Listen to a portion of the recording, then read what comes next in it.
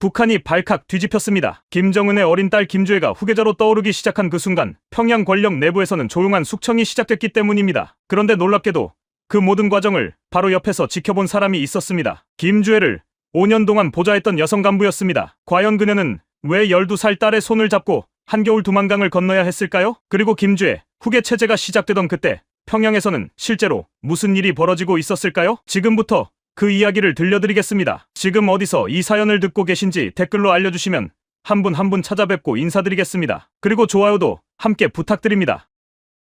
고모가 드디어 나섰습니다. 그 말이 내부에 돌기 시작한 건 2025년 여름이 끝나갈 무렵이었습니다. 처음엔 낮은 목소리로, 그 다음엔 눈빛으로, 마지막엔 사람들이 하나둘 사라지는 것으로 저는 알았습니다. 김주애 동무가 공식 후계자로 선언된 그 순간부터 뒤에서 모든 것을 설계해온 고모는 더 이상 뒤에 있지 않았습니다. 그분은 앞으로 나왔습니다. 그리고 앞으로 나온 사람이 가장 먼저 하는 일이 뭔지 저는 너무 잘 알고 있었습니다. 자기 눈에 거슬리는 것들을 지우는 것. 저는 그 지워질 것들 중에 첫 번째였습니다. 어르신들, 저는 5년 동안 그 아이 옆에 있었습니다. 뉴스에서 보셨을 겁니다. 군복 입고 아버지 손을 잡고 걷던 그 어린 여자아이. 미사일 발사 현장에서 박수를 치던 그 아이. 카메라가 그 아이를 찍을 때 화면 가장자리에 조용히 서 있던 사람이 있었습니다. 바로 저였습니다. 박순영, 37살, 김주애 동무의 전담 의전 보좌원. 5년 동안 그 아이의 하루를 처음부터 끝까지 곁에서 지킨 사람. 그 아이가 카메라 앞에서 어떻게 웃는지, 카메라가 꺼지면 표정이 어떻게 무너지는지, 고모 이름만 들어도 어깨가 어떻게 굳어지는지 저는 전부 알고 있었습니다. 그게 제 죄였습니다. 너무 많이 안다는 것. 권력이 있는 자리에서 가장 가까운 사람이 되면 그 사람이 가장 위험해진다는 것을 저는 5년이 지나서야 깨달았습니다. 그 아이의 진짜 표정을 아는 사람, 그 아이가 밥을 먹다가 갑자기 숟가락을 내려놓는 이유를 아는 사람, 그 아이가 고모 이름 앞에서 어떻게 달라지는지를 아는 사람. 그런 사람은 새로운 권력이 자리를 잡는 순간 가장 먼저 없어져야 했습니다. 너무 가까이 있었다는 것. 권력이 바뀌는 순간 그 비밀을 아는 사람은 살아있으면 안 됩니다. 이것이 그 나라의 법칙이었습니다. 저는 그 법칙을 제 동료의 빈자리에서 배웠습니다. 어느 날 아침 출근했더니 5년 된 선배의 책상이 깨끗이 비어 있었습니다. 이름패도 서랍도 사진 한 장도 남아있지 않았습니다. 아무도 그 이름을 입에 올리지 않았습니다. 마치 처음부터 없었던 사람처럼 저는 그날 오후 내내 그 빈자리를 바라봤습니다. 다음은 나구나 싶었습니다. 선배가 없어진 이유는 간단했습니다. 사적인 자리에서 그 아이에 대해 너무 개인적인 말을 했다는 것이었습니다. 그 아이가 요즘 힘들어 보인다는 말, 그게 전부였습니다. 그 말 한마디가 누군가의 귀에 들어갔고 고모 라인에 보고됐고 그 선배는 사라졌습니다. 어르신들, 그냥 걱정하는 말 한마디가 죄가 되는 나라였습니다. 이 이야기는 2020년 봄으로 거슬러 올라갑니다. 저는 그해 32살이었습니다. 평양 만경대형 명학원을 나와 당 조직 지도부에 배치된 여성 간부였습니다. 어르신들, 만경대형 명학원이라고 하면 우리나라로 치면 최고 명문 학교라고 보시면 됩니다. 아무나 가는 데가 아니었습니다. 3대에 걸쳐 충성 기록을 조사하고 가족 중 단 한 명이라도 불순한 전력이 있으면 탈락이었습니다. 저는 통과했습니다. 아버지는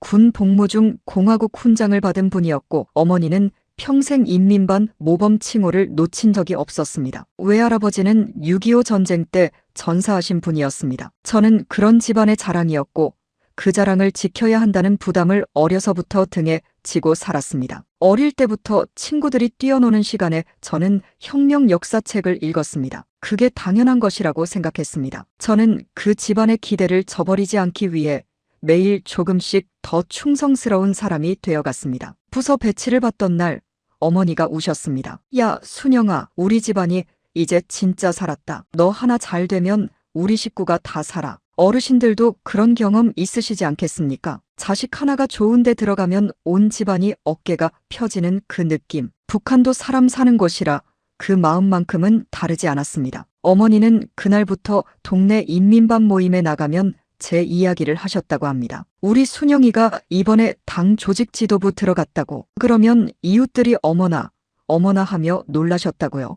그게 어머니의 삶에서 가장 자랑스러운 순간이었을 겁니다. 저는 그 자랑을 지켜드리고 싶었습니다. 어머니 얼굴에 그늘이 지면 안 된다고 생각했습니다. 어머니는 그날 장마당에서 두부를 사다가 두부김치를 만들어 주셨습니다. 명절에나 먹던 귀한 음식이었습니다. 그 냄새가 지금도 생생합니다. 저는 그 밥상 앞에서 다짐했습니다. 절대 실망시키지 않겠다고. 어머니 그 웃음을 평생 지켜드리겠다고. 출근한 지 석 달 만에 저는 특별 발령을 받았습니다. 담당 간부가 낮은 목소리로 말했습니다. 박순영 동무 앞으로 특수의전 보좌 임무를 맡게 됩니다. 가족에게도 절대 발설하지 마십시오. 여러분 주변 사람 모두가 보위부 관리 대상이 될 수 있습니다. 저는 네 하고 고개를 숙였습니다. 특수의전 보좌. 그 말이 무엇을 뜻하는지 모를 사람이 없었습니다. 저는 그날 밤 남편에게도 말하지 못하고 혼자 누워 천장을 바라봤습니다. 기쁜 건지 두려운 건지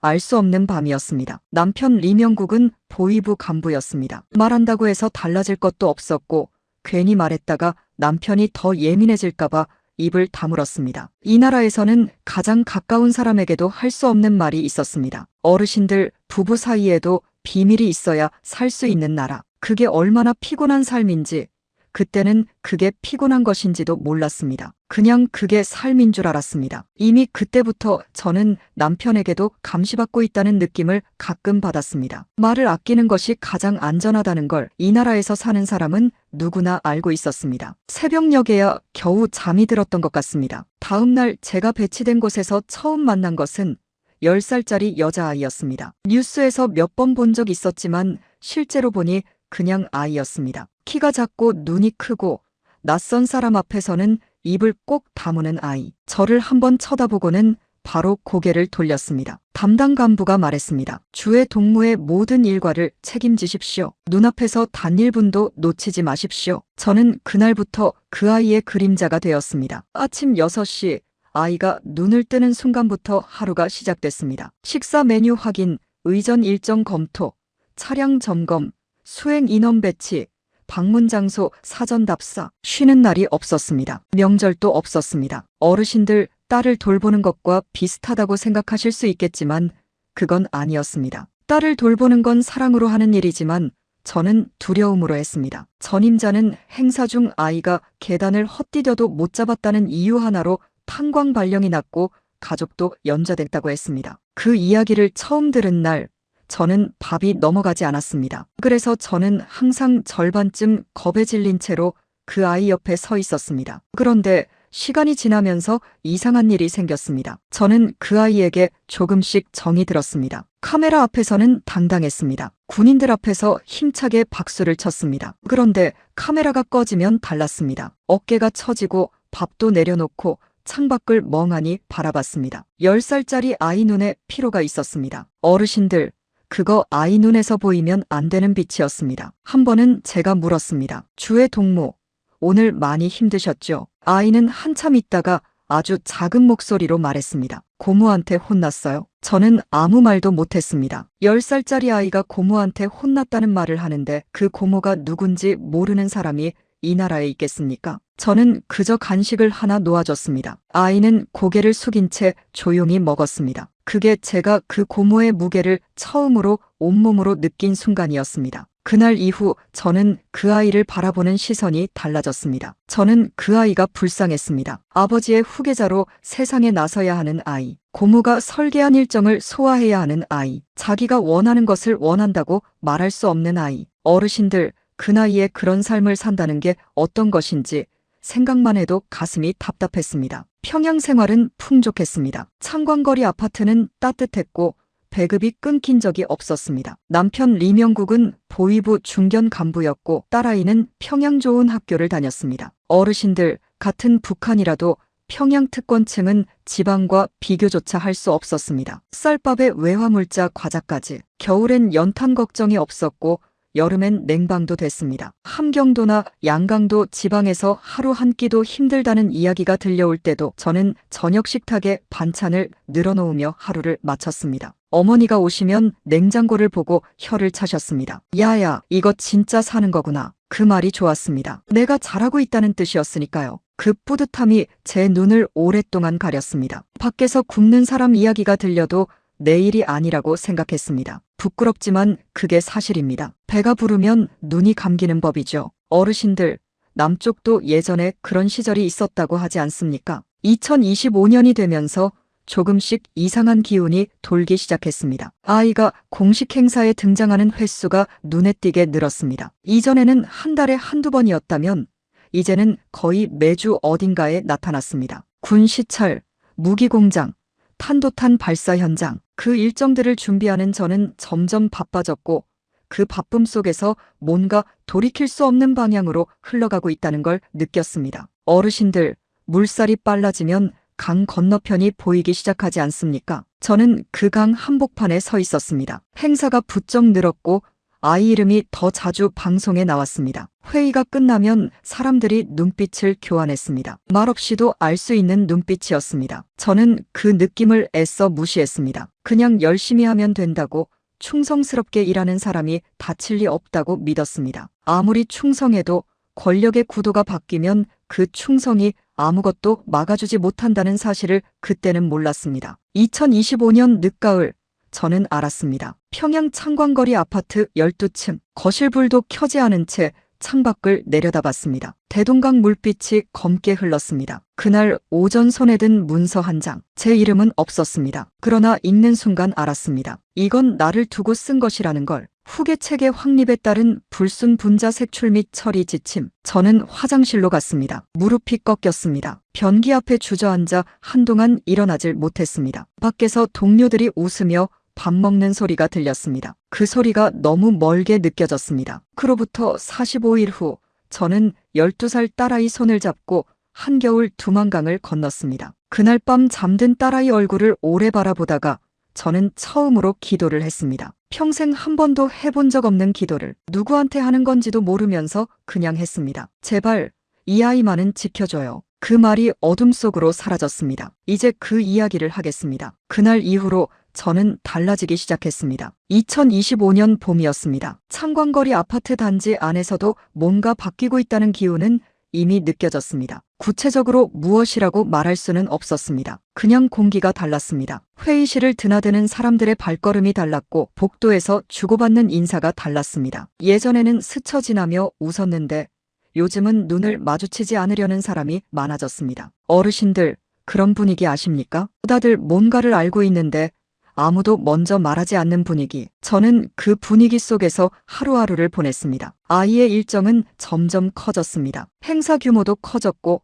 참석하는 고위 간부들도 많아졌습니다. 저는 더 긴장해야 했고 더 조심해야 했습니다. 그러면서도 한쪽 귀로는 계속 주변의 작은 소리들을 들었습니다. 누가 어디로 발령났다는 소리, 누가 갑자기 연락이 안 된다는 소리. 그 소리들이 점점 많아졌습니다. 아이의 공개 행사가 갑자기 늘기 시작했습니다. 이전에는 1년에 몇 차례 주로 내부 행사에만 모습을 드러냈다면 2025년 들어서는 거의 매달 어딘가에 나타났습니다. 군 시찰, 무기 공장, 탄도탄 발사 현장까지 저는 그 모든 일정을 옆에서 준비하고 소화했습니다. 일정표가 두꺼워질수록 저는 뭔가 돌이킬 수 없는 방향으로 흘러가고 있다는 느낌을 받았습니다. 어르신들, 물살이 빨라지면 강 건너편이 보이기 시작하지 않습니까? 저는 그 강 한복판에 서 있었습니다. 그리고 강 건너편에 무엇이 있는지 조금씩 보이기 시작했습니다. 그 무렵 저는 회의실 복도에서 결정적인 것을 들었습니다. 오후 늦게였습니다. 의전 준비를 마치고 복도를 지나는데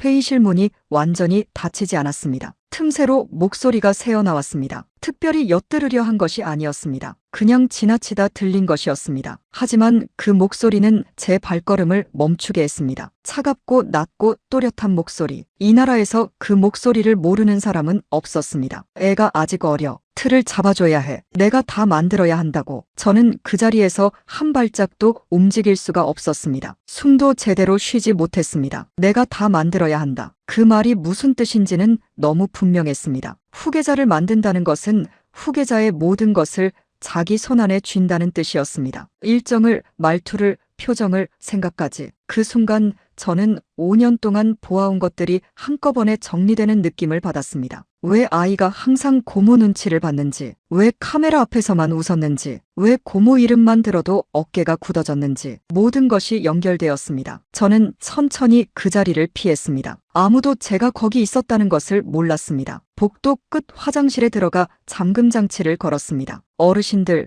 그때 제 심정이 어땠는지 말씀드리기가 쉽지 않습니다. 배신감이었을까요? 두려움이었을까요? 둘 다였습니다. 그리고 그것보다 더 큰 무언가가 있었습니다. 이 체제 안에서는 아무도 안전하지 않다는 것, 심지어 그 아이조차도, 후계자도, 그 후계자를 보좌하는 나도 모두 누군가의 손 안에 있는 말이었습니다. 그것이 제 각성의 시작이었습니다. 그날 들은 목소리가 며칠 동안 머릿속을 떠나지 않았습니다. 잠을 자다가도 그 목소리가 들리는 것 같았습니다. 내가 다 만들어야 한다. 저는 그 말을 들을 때마다 아이의 얼굴이 떠올랐습니다. 고모한테 혼났어요.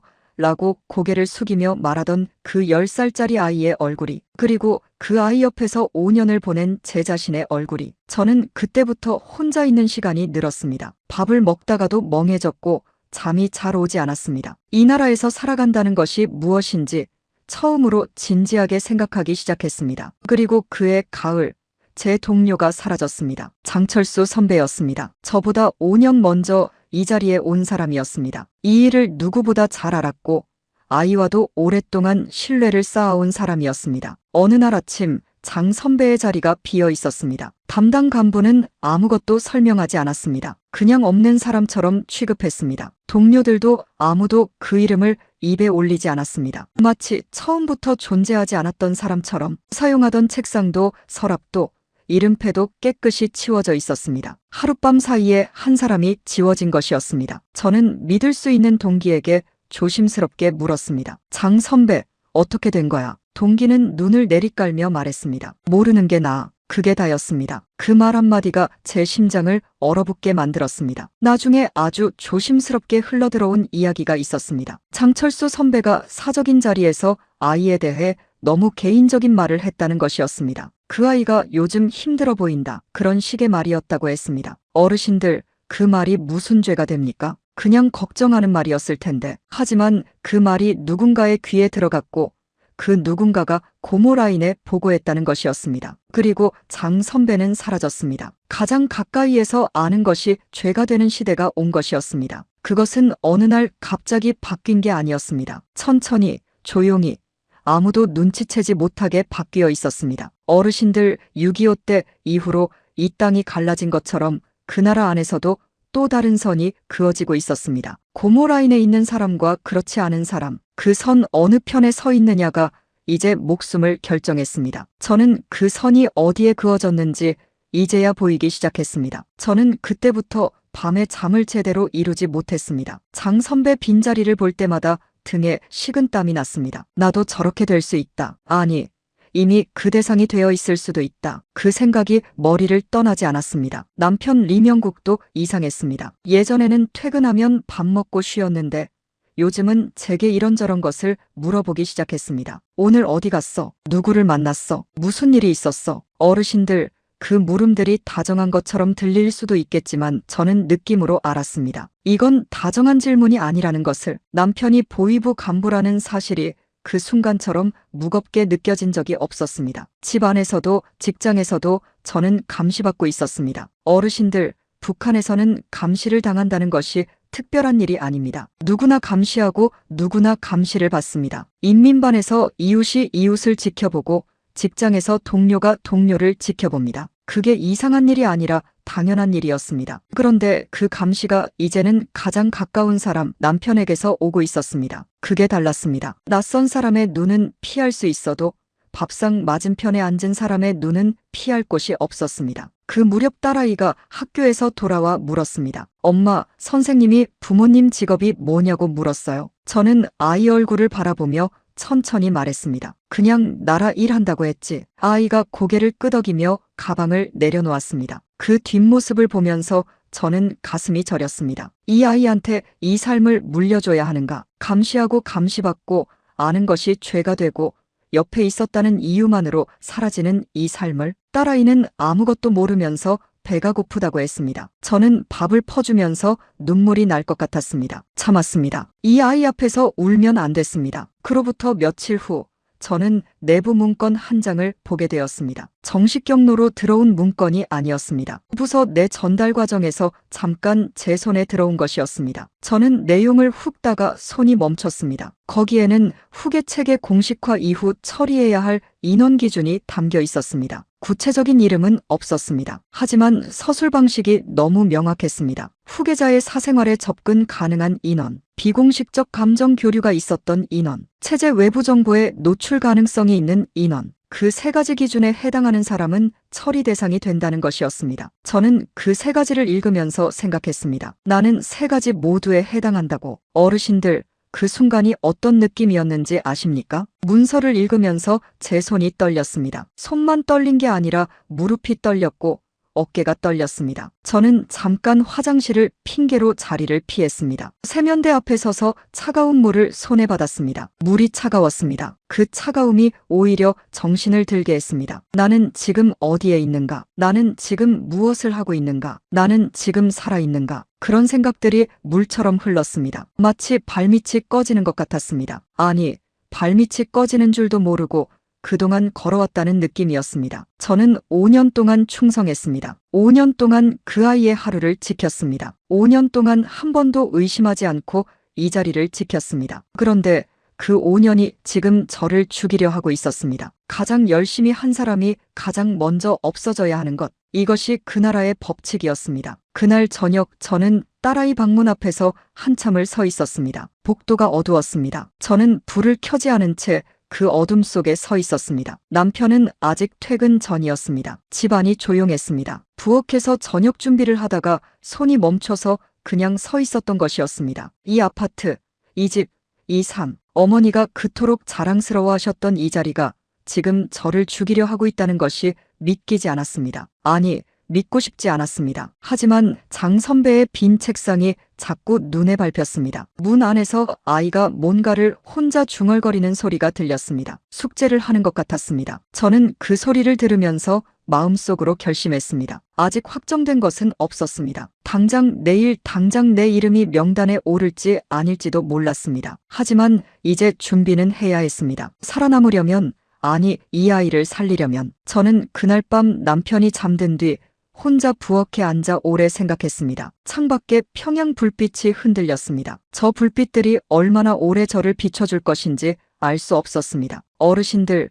여러분이 이 이야기를 듣고 계시는 이 순간에도 저는 그날 밤 부엌 불빛을 기억합니다. 그 불빛이 제 삶에서 가장 긴 밤을 밝혀주었습니다. 그리고 저는 그 밤이 지나서야 정말 조금씩 길을 찾기 시작했습니다. 아침이 되면 저는 다시 아무 일도 없는 것처럼 출근했습니다. 아이의 일정을 챙기고 차량을 점검하고 수행 인원을 배치했습니다. 겉으로는 여전히 충성스러운 보좌원이었습니다. 하지만 속은 달랐습니다. 저는 이제 눈을 뜨고 있었습니다. 5년 동안 감겨있던 눈이 조금씩 열리고 있었습니다. 그리고 눈을 뜬 사람이 이 나라에서 살아남는 방법은 하나뿐이었습니다. 눈을 뜬 것을 절대로 티내지 않는 것. 살면서 처음으로 저는 제가 무엇을 해야 하는지 알았습니다. 그리고 그것이 얼마나 위험한 길인지도 알았습니다. 그래도 가야 했습니다. 2025년 가을이 깊어지면서 저는 매일 아침 출근길이 두려워지기 시작했습니다. 집에서 직장까지는 차로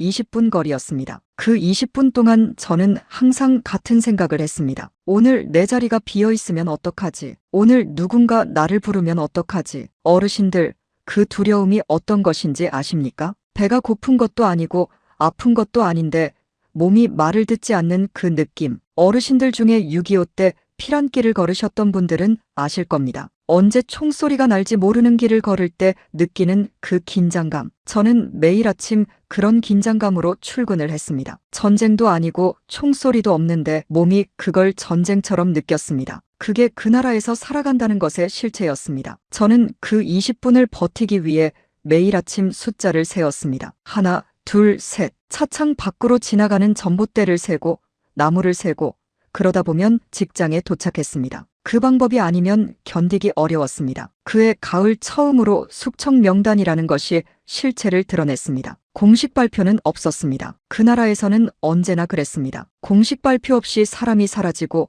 공식 발표 없이 사람이 처형됩니다. 그날도 마찬가지였습니다. 아침에 출근했더니 부서 전체 분위기가 싸늘했습니다. 담당 간부의 얼굴이 굳어 있었고 동료들이 서로 눈을 피했습니다. 저는 옆자리 동기에게 물었습니다. 무슨 일이야? 동기는 고개를 저었습니다. 오후에 알게 될 거야. 그 말이 더 무서웠습니다. 오후에 내부 지시가 내려왔습니다. 전원 집합. 어르신들, 북한에서 전원 집합이라는 말이 얼마나 무서운 말인지 아십니까? 그 말이 떨어지는 순간 모든 사람의 얼굴에서 혈색이 사라집니다. 내 이름이 불릴까봐, 내가 끌려갈까봐. 저도 그랬습니다. 두 손을 무릎 위에 올려놓고 앞만 바라봤습니다. 간부 한 명이 앞에 서서 읽어내려갔습니다. 당성 불량 및 기밀 유출 혐의로 처리된 인원 3명. 이름은 없었습니다. 소속 부서 번호만 있었습니다. 저는 그 번호를 들으면서 심장이 내려앉았습니다. 아는 사람이었습니다. 만난 적은 없었지만 이름은 알고 있었습니다. 아이의 의전을 담당했던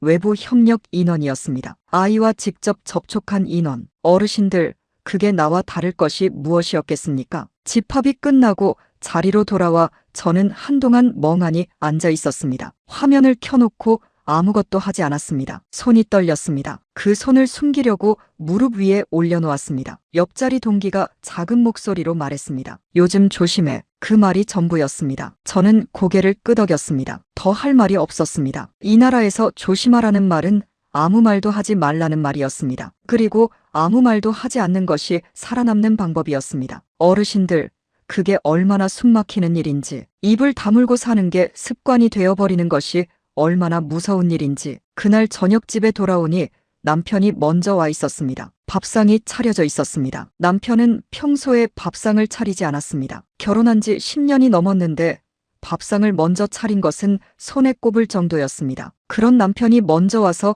밥상을 차려놓고 기다리고 있었습니다. 저는 문을 열고 들어서는 순간 발걸음이 느려졌습니다. 뭔가 이상하다는 느낌이 왔습니다. 딸아이는 아직 학교에서 돌아오지 않았습니다. 집안이 조용했습니다. 남편과 단둘이 있는 그 조용함이 낯설고 무거웠습니다. 남편은 평소에 밥상을 차리지 않았습니다. 저는 뭔가 이상하다는 느낌을 받으며 자리에 앉았습니다. 남편이 밥을 퍼주면서 말했습니다. 오늘 어디 갔어? 저는 평소처럼 대답했습니다. 직장이지.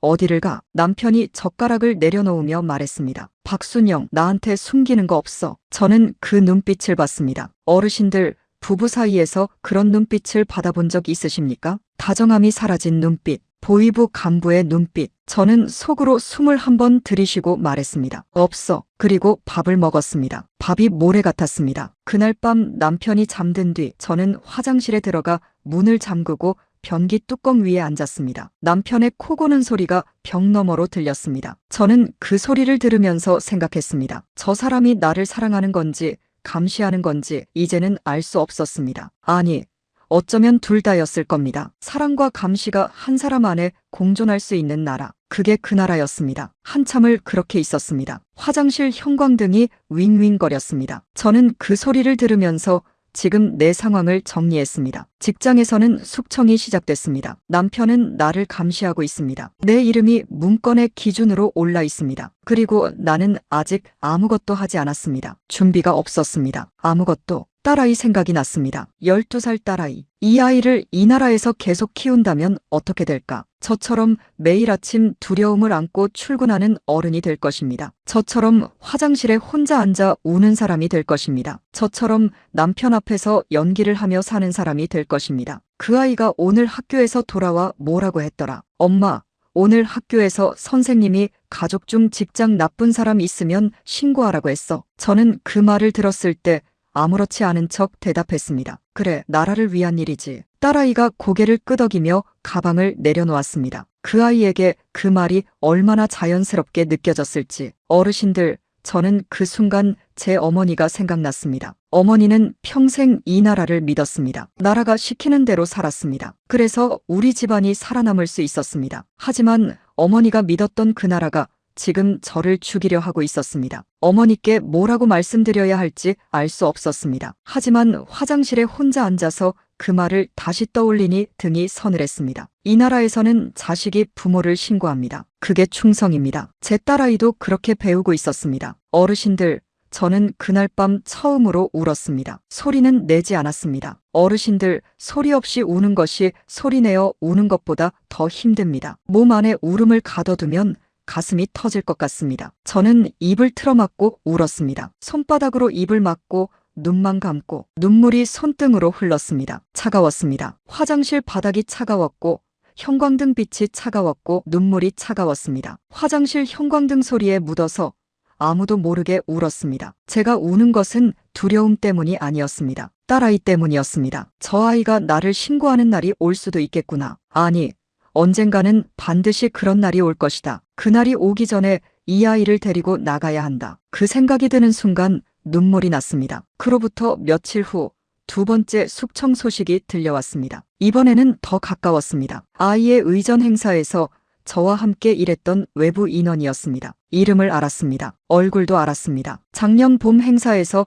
옆에 서서 진행을 마쳤던 사람이었습니다. 그 사람이 구금됐다는 소식이 들려왔습니다. 죄목은 역시 공식 발표되지 않았습니다. 하지만 내부에 도는 말은 있었습니다. 아이에 대해 외부에서 물어봤을 때 필요 이상으로 대답했다는 것이었습니다. 아이가 좋아하는 음식이 뭔지, 평소에 어떤 사람인지 그런 것들이 죄가 됐다는 것이었습니다. 저는 그 이야기를 들으면서 생각했습니다. 나는 그보다 훨씬 많이 알고 있다. 그 인원이 알았던 것의 10배, 20배를 나는 알고 있었습니다. 그렇다면 나는 그 인원보다 10배 더 위험한 존재였습니다. 이 간단한 계산이 머리를 떠나지 않았습니다. 저는 그날 점심을 혼자 먹으면서 숟가락을 내려놓고 한참을 앉아 있었습니다. 밥이 식어가는 것도 몰랐습니다. 5년 동안 쌓인 것들이 있었습니다. 아이가 어떤 날 잘 먹고 어떤 날 밥을 남기는지, 어떤 말을 들으면 눈이 빨개지는지, 고모가 오는 날에는 왜 아침부터 조용해지는지 저는 그 모든 것을 알고 있었습니다. 그게 얼마나 위험한 것인지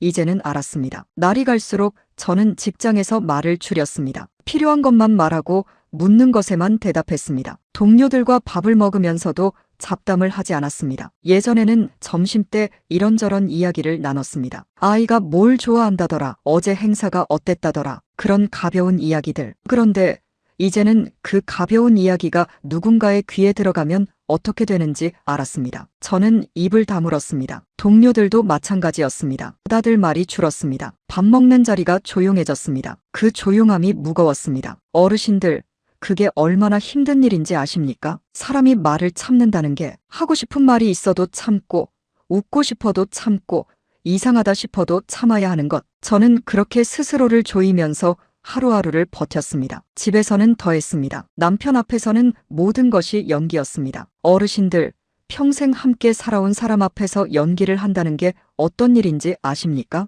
그 사람이 좋은 말을 해도 믿을 수가 없고 웃어도 왜 웃는지 의심이 갔습니다. 그 사람 손이 내 어깨를 두드려도 온기보다 두려움이 먼저 왔습니다. 저는 그 두려움을 숨기면서 밥을 먹었습니다. 웃어야 할 때 웃었습니다. 남편이 직장 이야기를 하면 맞장구를 쳤습니다. 그게 제 하루의 가장 힘든 시간이었습니다. 평소처럼 밥을 하고 평소처럼 딸아이 숙제를 봐주고 평소처럼 텔레비전을 봤습니다. 수령님 관련 방송이 나오면 평소처럼 집중하는 척했습니다. 남편의 눈에 이상하게 보이면 안 됐습니다. 단 하나의 티도 내면 안 됐습니다. 이 연기를 언제까지 할 수 있을지 알 수 없었습니다. 사람이 감정을 오래 억누르면 어디선가 터지게 마련입니다. 저는 터지면 안 됐습니다. 터지는 순간 모든 것이 끝이었습니다. 그래서 더 조심했습니다. 더 참았습니다. 그러면서도 머릿속으로는 계속 생각했습니다. 어떻게 나가야 하는가? 딸아이를 어떻게 데리고 나가야 하는가? 중국으로 가는 길은 어떻게 되는가? 아는 사람 중에 믿을 수 있는 사람이 있는가? 잠들기 전마다 그 생각들이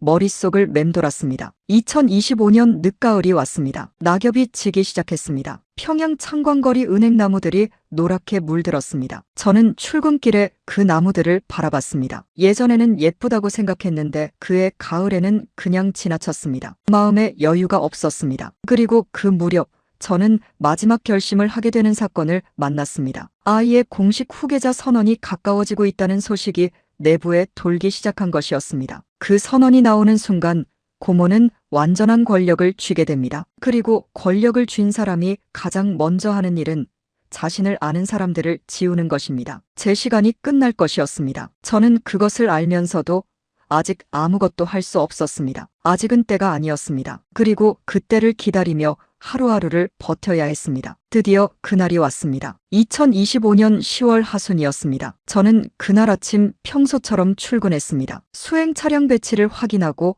당일 일정표를 검토하고 아이의 동선을 최종 점검했습니다. 아무것도 달라진 게 없어 보였습니다. 복도에서 마주치는 동료들도 평소처럼 고개를 숙이고 지나쳤습니다. 그런데 오전 11시가 막 넘었을 때였습니다. 내부 전달 지시가 내려왔습니다. 전 부서 긴급 집합. 저는 그 네 글자를 화면에서 읽는 순간 손이 차가워졌습니다. 또 숙청 발표인가? 아니면 이번엔 내 이름이 불리는 건가? 저는 두 손을 꼭 쥐고 집합 장소로 걸어갔습니다. 복도에서 동료들을 마주쳤습니다. 아무도 말이 없었습니다. 다들 앞만 보고 걸었습니다. 그 침묵이 폭풍전야 같았습니다. 신발 소리만 복도에 울렸습니다. 평소에는 들리지도 않던 그 소리가 그날따라 유독 크게 들렸습니다. 어르신들, 북한에서 전원 긴급 집합이라는 말이 얼마나 무서운 말인지 아십니까? 그 지시가 떨어지는 순간 모든 사람의 얼굴에서 혈색이 사라집니다. 내 이름이 오늘 불릴까봐, 내가 오늘 끌려갈까봐 숨을 죽이고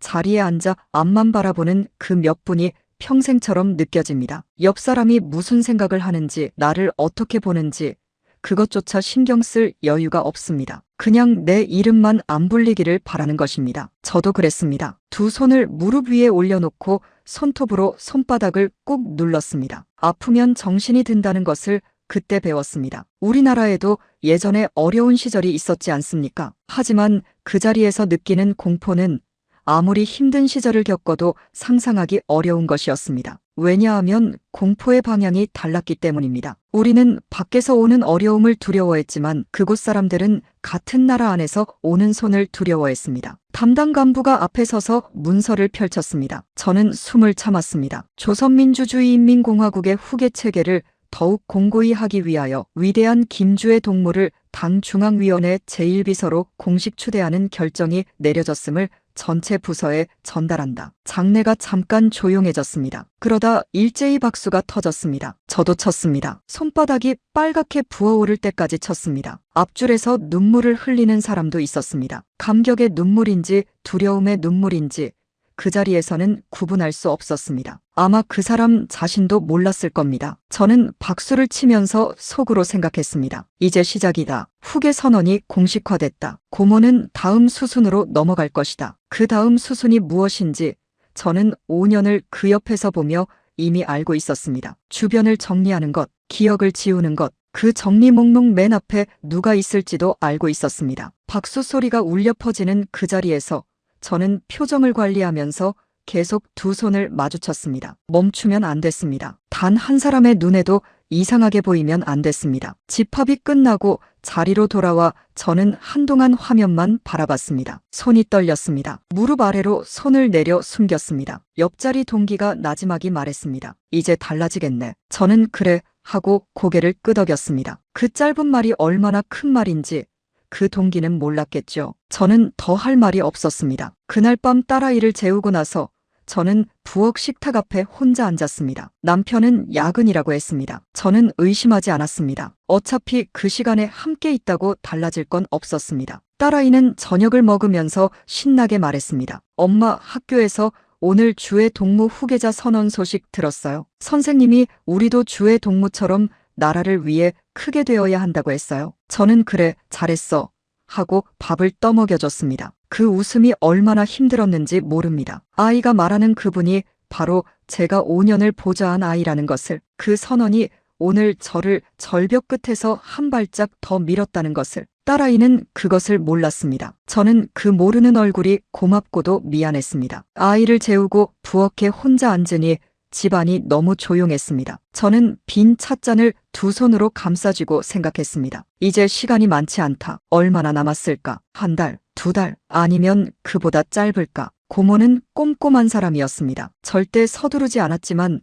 한번 결정이 서면 반드시 실행했습니다. 장철수 선배가 하룻밤 사이에 책상째 사라진 것처럼 저도 어느 날 아침 그렇게 될 수 있었습니다. 저는 손가락으로 식탁을 두드리며 조용히 계산했습니다. 우선 돈이 필요했습니다. 북한 돈 말고 외화였습니다. 달러나 중국 돈이 있어야 국경 너머에서도 움직일 수 있었습니다. 저는 그동안 남편 모르게 조금씩 모아둔 외화가 있었습니다. 어르신들, 특권층 생활이라고 해서 현금이 넘치는 건 아닙니다. 하지만 행사 관련 외화 물자를 수령하거나 해외 물품 구매 업무를 보조할 때면 아주 가끔 기회가 생겼습니다. 저는 그때마다 아주 조금씩 절대 티나지 않게 따로 빼두었습니다. 왜 그랬는지 저도 처음엔 몰랐습니다. 그냥 막연한 예감이었습니다. 언젠가 쓸 날이 올 것 같다는 그 예감이 지금 현실이 됐습니다. 다음으로 루트가 필요했습니다. 혼자는 움직일 수 없었습니다. 특히 딸아이를 데리고는 더욱 그랬습니다. 현지를 아는 안내인과 첫 연결고리가 될 믿을 수 있는 사람이 있어야 했습니다. 어르신들,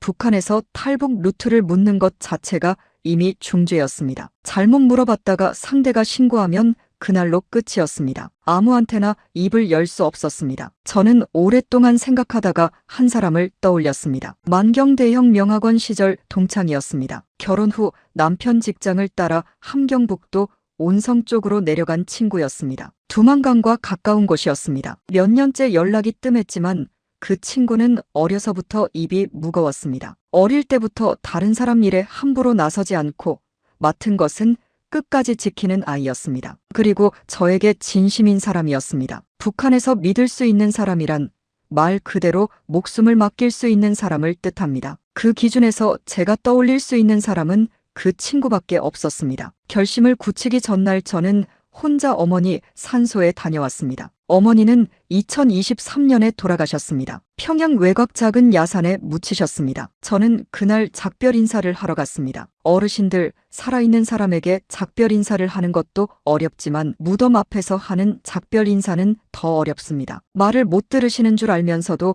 말을 하게 되고 대답이 없는 줄 알면서도 기다리게 됩니다. 저는 산소 앞에 쪼그려 앉아서 한참 동안 아무 말도 하지 못했습니다. 잡초를 뽑다가 멈추고 돌을 고르다가 멈추고 그냥 흙만 바라봤습니다. 가을 햇살이 야산 위로 길게 기울었습니다. 찬바람이 목덜미를 스쳤습니다. 저는 외투를 여미고 어머니 산소 옆 작은 돌을 하나 집어 손 안에 쥐었습니다. 가져가려는 게 아니었습니다. 그냥 잠깐 쥐고 싶었습니다. 어머니 손 대신이라도. 어머니, 저 떠납니다. 못 돌아올 수도 있어요. 그 말이 입 밖으로 나오지 않았습니다. 속으로만 했습니다. 산 너머로 바람이 불었습니다. 낙엽이 산소 위로 떨어졌습니다. 저는 그 낙엽 하나를 손으로 치웠습니다. 마지막 인사 대신이었습니다. 어머니가 살아계셨다면 뭐라고 하셨을까요? 야, 순영아, 도대체 무슨 소리야? 어딜 간다는 거야? 그러셨을 겁니다. 어머니는 평생 이 나라를 믿었습니다. 이 나라 덕분에 우리 집안이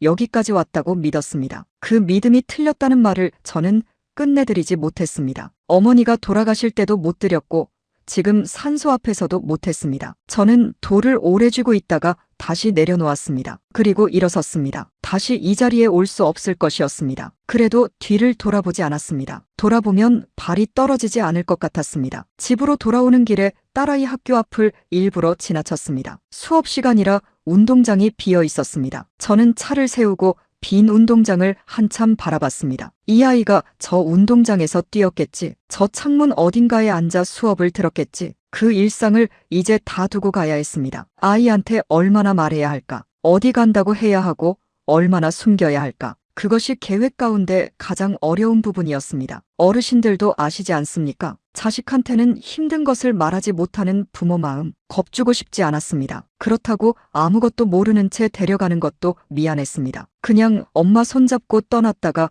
어느 날 전혀 다른 세상에 서 있는 아이를 생각하면 그것도 미안했습니다. 하지만 방법이 없었습니다. 아이가 이해할 수 있는 말로 이 상황을 설명할 수 있는 어머니는 이 세상에 없습니다. 저는 그날 밤 결심을 완전히 굳혔습니다. 두렵지 않다고 하면 거짓말입니다. 두려웠습니다. 국경을 넘다가 잡히면 그 자리에서 총살입니다. 중국에서 단속에 걸리면 강제 북송되고 정치범 수용소입니다. 딸아이가 함께 있으면 아이도 마찬가지였습니다. 그 생각을 하면 다리가 후들거렸습니다. 어르신들, 죽음이 무서운 게 아니었습니다. 딸아이 때문이었습니다. 제가 잘못되면 아이는 어떻게 됩니까? 엄마 없이 그 나라에서 어떻게 살아갑니까? 그 생각이 가장 무서웠습니다. 밤새 그 생각만 했습니다. 그래도 가만히 있으면 어떻게 됩니까? 어차피 숙청됩니다. 딸아이도 연좌됩니다. 도망치다 잡히든 가만히 있다가 끌려가든 결과는 같았습니다. 차이가 있다면 하나는 살 가능성이 남아있다는 것이었습니다. 저는 그 작은 가능성을 붙잡기로 했습니다. 2026년 1월이 되기 전에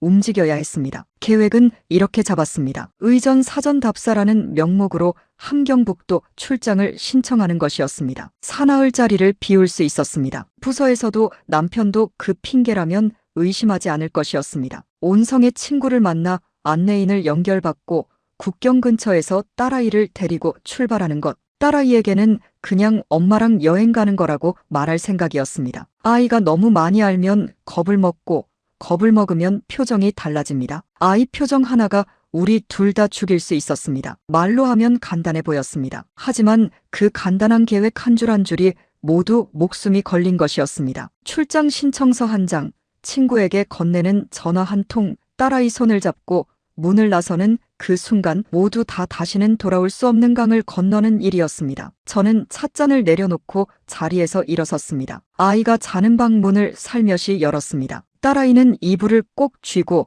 세상 모르게 자고 있었습니다. 그 얼굴을 오래 바라봤습니다. 이 아이를 살리려면 내가 먼저 살아야 했습니다. 그 생각 하나로 저는 문을 조용히 닫았습니다. 이제 남은 건 실행뿐이었습니다. 2026년 1월 저는 그렇게 마지막 문턱 앞에 섰습니다. 2026년 1월이었습니다. 저는 출장 신청서를 냈습니다. 함경북도 의전 사전 답사. 담당 간부는 서류를 훑어보고 별말 없이 도장을 찍었습니다. 저는 감사합니다 하고 고개를 숙이고 나왔습니다. 복도를 걷는데 다리가 떨렸습니다. 이 서류 한 장이 제 마지막 공식 행동이었습니다. 이 복도를 다시 걸을 일은 없을 것이었습니다. 저는 그것을 알면서도 평소처럼 걸었습니다. 평소처럼 동료들에게 인사했습니다. 평소처럼 웃었습니다. 그 연기가 얼마나 힘들었는지 모릅니다. 아무렇지 않은 척 오늘 퇴근하고 내일 또 출근할 사람처럼 걸어야 했습니다. 자리로 돌아와 책상을 정리했습니다. 중요한 서류들을 가지런히 쌓아뒀습니다. 어르신들,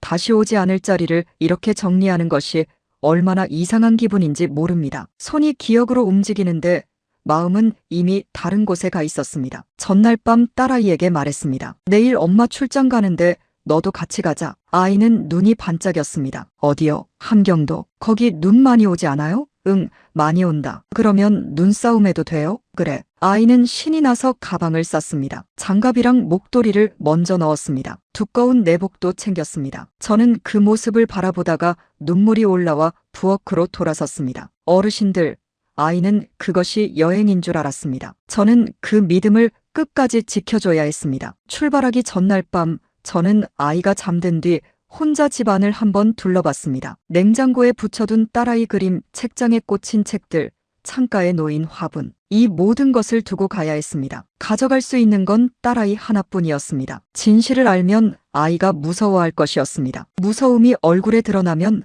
우리 둘 다 위험했습니다. 그래서 여행 가자고 했습니다. 그 거짓말이 아이를 살리는 거짓말이었습니다. 남편에게는 출장 간다고만 했습니다. 남편은 이상하게 여기지 않았습니다. 저는 그것이 오히려 슬펐습니다. 우리 사이가 그 정도였다는 것이. 그래도 뒤돌아서는 순간 한 번 더 그 얼굴을 봤습니다. 다시는 볼 수 없는 얼굴이었습니다. 하고 싶은 말이 없었던 건 아닙니다. 하지만 어떤 말도 할 수 없었습니다. 저는 그냥 나왔습니다. 등 뒤에서 문이 닫혔습니다. 현관문을 닫는 순간 뒤에서 발소리가 들렸습니다. 혹시 남편이 따라 나오는 건 아닐까? 저는 멈추지 않고 걸었습니다. 발소리는 없었습니다. 그냥 집 안에서 나는 소리였습니다. 저는 계단을 내려가면서 숨을 길게 내쉬었습니다. 이제 돌아갈 수 없었습니다. 함경북도 온성까지는 기차로 갔습니다. 12시간이 넘는 길이었습니다. 딸아이는 창가에 붙어 앉아 눈 쌓인 들판을 내다봤습니다. 엄마, 저 산 이름이 뭐예요? 엄마, 저 사람들은 왜 눈밭에서 일해요? 엄마, 저 소 맞아요? 질문이 끊이지 않았습니다. 저는 하나씩 대답해줬습니다. 아이 목소리를 듣는 것이 그렇게 좋았습니다. 이 목소리를 평생 들을 수 있다면, 이 아이가 하고 싶은 것을 묻고 또 물을 수 있는 세상에서 살 수 있다면 그것 하나만 생각했습니다. 그 생각이 저를 버티게 해줬습니다. 기차 안이 흔들렸습니다. 오래된 기차였습니다. 창문 틈으로 바람이 들어왔습니다. 저는 딸아이 어깨를 끌어당겨 바람을 막아줬습니다. 아이는 어느새 제 어깨에 기대어 잠이 들었습니다. 저는 잠을 잘 수 없었습니다. 눈을 감으면 앞으로 일어날 일들이 머릿속을 채웠습니다. 잘못되면 어떻게 되나, 잡히면 어떻게 되나. 하지만 그 생각은 접었습니다. 지금 할 수 있는 일은 앞으로 가는 것뿐이었습니다. 기차가 북쪽으로 올라갈수록 바깥에 쌓인 눈이 깊어졌습니다. 산이 온통 하였습니다. 하늘이 낮고 무거웠습니다. 어르신들, 북녘 겨울이 그렇게 깊습니다. 하늘이 내려앉은 것처럼 낮고 땅이 하얗고 바람이 칼처럼 붑니다. 저는 그 풍경을 창밖으로 바라보면서 생각했습니다. 이것도 내 고향이었는데, 이제 다시는 못 볼 풍경인데, 그래도 미련은 없었습니다. 살아야 했으니까요. 친구는 온성 기차역 앞에서 기다리고 있었습니다. 몇 년 만에 만나는 얼굴이었습니다. 하지만 세월이 그 얼굴을 많이 바꿔놓았습니다. 눈가에 주름이 깊었습니다. 어릴 때 그 환하던 웃음이 사라진 자리에 조심스러운 표정이 자리하고 있었습니다. 친구는 저를 보자마자 손을 꼭 잡았습니다. 말이 없었습니다. 그 손이 다 말해줬습니다. 우리는 친구 집으로 갔습니다. 딸아이는 친구네 아이들과 금방 어울려 뛰어놀았습니다. 저는 부엌에 마주 앉아 친구가 끓여주는 미역국을 받아들었습니다. 어르신들, 그 미역국이 얼마나 따뜻했는지 모릅니다. 국물을 한 모금 마시는데 눈물이 나왔습니다. 왜 눈물이 나오는지 저도 몰랐습니다. 그냥 나왔습니다. 친구는 아무 말하지 않았습니다. 그냥 옆에 앉아 있었습니다. 그것으로 충분했습니다. 잠시 후 친구가 나지막이 말했습니다. 안내인은 구해놨어. 오늘 밤이야. 그리고 이것 챙겨. 친구가 작은 보자기를 밀었습니다. 안에는 두꺼운 양말 2켤레와 작은 손난로가 들어있었습니다. 아이 거예요. 친구는 그렇게만 말했습니다. 저는 고개를 끄덕였습니다. 더 말할 수가 없었습니다. 목이 메었습니다. 어르신들, 이 세상에서 가장 큰 마음은 말이 없습니다. 그냥 두꺼운 양말 2켤레를 내미는 것, 그것이 그 마음이었습니다. 밤 11시가 됐습니다. 친구가 아이들을 재웠습니다. 딸아이도 골아떨어져 있었습니다. 저는 아이를 조심스럽게 흔들었습니다. 일어나. 우리 지금 출발해야 해. 아이가 눈을 비볐습니다. 지금요? 응. 눈 많이 쌓인 데 보러 가자. 아이는 잠결에도 장갑을 찾았습니다. 저는 그 손에 장갑을 꼭 끼워줬습니다. 외투 단추를 하나하나 채워줬습니다. 친구가 챙겨준 두꺼운 양말을 겹쳐 신겼습니다. 목도리를 2번 감아줬습니다. 손난로를 아이 주머니에 넣어줬습니다. 작은 배낭을 짊어지고 우리는 친구 집을 나섰습니다. 친구는 문 앞까지 따라 나왔습니다. 아무 말 없이 저를 한번 안았습니다. 오래 안아줬습니다. 저도 아무 말 못했습니다. 어르신들,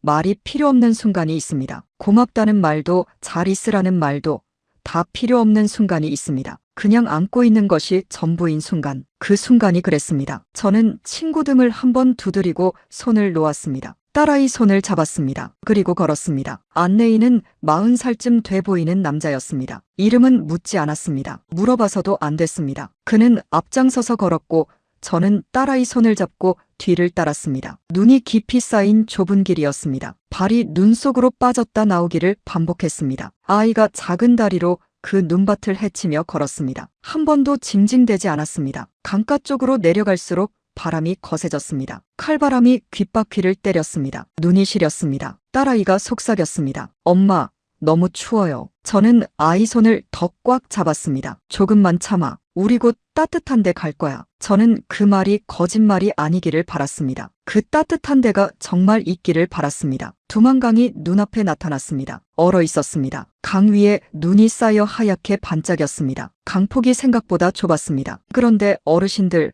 그 좁은 강이 그 순간 세상에서 가장 넓어 보였습니다. 건너편은 중국이었습니다. 이 강 하나가 삶과 죽음의 경계였습니다. 안내인이 낮은 목소리로 말했습니다. 건너편까지 쉬지 않고 걸어야 합니다. 절대 뛰면 안 됩니다. 얼음이 깨집니다. 절대 소리내면 안 됩니다. 강 가운데가 제일 위험합니다. 저는 고개를 끄덕였습니다. 딸아이 귀에 입을 갖다 대고 속삭였습니다. 아가, 엄마 손 꼭 잡고 아주 조용히 걸어야 해. 무슨 일이 있어도 소리내면 안 돼. 알겠지? 아이가 고개를 끄덕였습니다. 눈이 크고 진지했습니다. 우리는 강으로 내려섰습니다. 얼음 위에 첫 발을 내딛는 순간 온몸이 굳었습니다. 발밑에서 얼음이 낮게 삐걱거리는 소리가 났습니다. 저는 숨을 멈췄습니다. 안내인이 손을 들어 괜찮다는 신호를 보냈습니다. 다시 발을 뗐습니다. 한 발, 또 한 발. 딸아이도 소리 없이 걸었습니다. 잠이 덜 깬 눈으로 발밑만 내려다보며 걸었습니다. 강 건너편에서 순찰 불빛 같은 것이 멀리 보였습니다. 저는 눈을 가늘게 뜨고 바라봤습니다. 움직이지 않았습니다. 그냥 먼 데서 빛나는 것이었습니다. 저는 다시 발을 옮겼습니다. 강 중간쯤 왔을 때였습니다. 딸아이가 미끄러졌습니다. 저는 반사적으로 아이 팔을 잡았습니다. 아이가 소리를 내려는 순간 손으로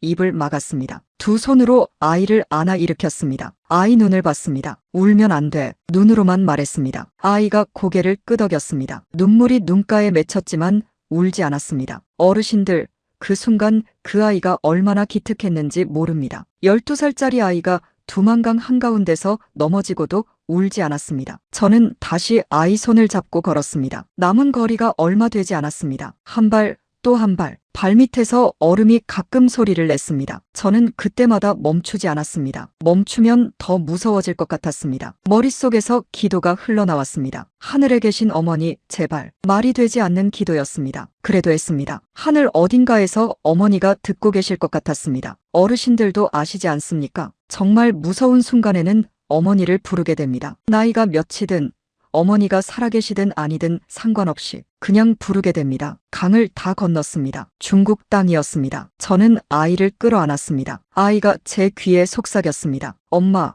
우리 이제 어디 가요? 저는 아이 귀에 대고 말했습니다. 따뜻한데 그것이 전부였습니다. 그것으로 충분했습니다. 하늘에는 별이 없었습니다. 구름이 잔뜩 끼어 어두웠습니다. 그래도 저는 고개를 들었습니다. 살았다. 일단 살았다. 눈물이 뺨을 타고 흘렀습니다. 닦지 않았습니다. 그냥 흘리게 뒀습니다. 어르신들, 그 눈물이 제 인생에서 처음으로 흘린 자유로운 눈물이었습니다. 누가 보는 것이 무섭지 않았습니다. 누가 신고할 걱정도 없었습니다. 그냥 흘렸습니다. 강을 건너온 것이 믿기지 않았습니다. 발밑이 여전히 얼어 있었지만 이 땅은 달랐습니다. 북한 순찰대가 쫓아올 수 없는 땅이었습니다. 그것만으로도 숨이 트이는 것 같았습니다. 하지만 그것이 끝이 아니었습니다. 이제 중국 땅에서의 또 다른 도망이 시작됐습니다. 여기서도 우리는 여전히 숨어야 했습니다. 안내인이 우리를 서둘러 이끌었습니다. 걸음을 재촉했습니다. 강에서 멀어질수록 바람이 조금씩 수그러들었습니다. 딸아이가 제 손을 꼭 쥐고 걸었습니다. 손이 차가웠지만